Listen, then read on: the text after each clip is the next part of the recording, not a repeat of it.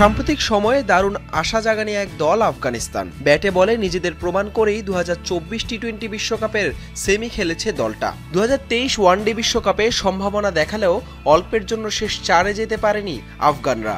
এবার mission champions trophy.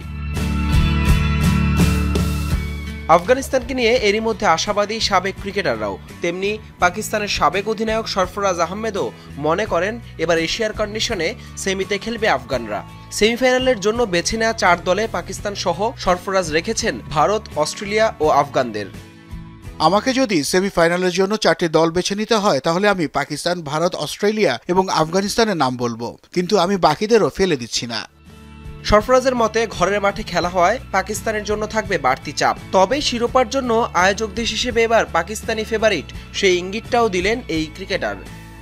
ঘরের মাঠে খেলা হয়, পাকিস্তান চাপে থাকবে, তবে তাদের জন্য বড় সুবিধাও এটা। তারা নিজেদের মাঠ সম্পর্কে ভালোভাবে জানে, যা খুব গুরুত্বপূর্ণ ভূমিকা পালন করবে। যদি এই দলকে 2017 সালে চ্যাম্পিয়ন্স ট্রফি জয়ী দলের সঙ্গে তুলনা করা হয় তাহলে কাগজে কলমে এই দল আরও শক্তিশালী।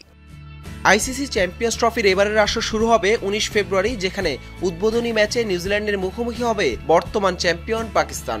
এরপর 23 ফেব্রুয়ারি চিরপ্রতিদ্বন্দ্বী ভারতের বিপক্ষে মাঠে নামবে দলটা। হাসান আল মারুফ, যমুনা স্পোর্টস।